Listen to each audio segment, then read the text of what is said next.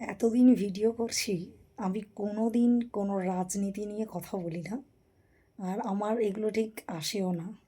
But আজকে এক্ষুনি একটা ভিডিও স্ক্রল করতে করতে দেখলাম যে আমাদের বাংলার যুবরাজ আইকন, যারা তোমার মানে যাকে তোমরা যুবরাজ বলো, কিছু চটিচাটা ব্যক্তিরা আছো, সে বলছে যে আমার মা যদি বাংলায় রাজা রামমোহন না থাকতো, আমার মা তোমার মা মরে গেলে চিতার আগুনে বাবারা ঝলসে পুড়ে যেত।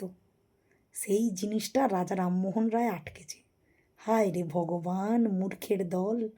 সতীদাহ প্রথাকে পতিদাহ প্রথা করে দিল। মানে একদম পিসির যোগ্য উত্তরসূরি। পিসির একটুও কিচ্ছু বদলায়নি।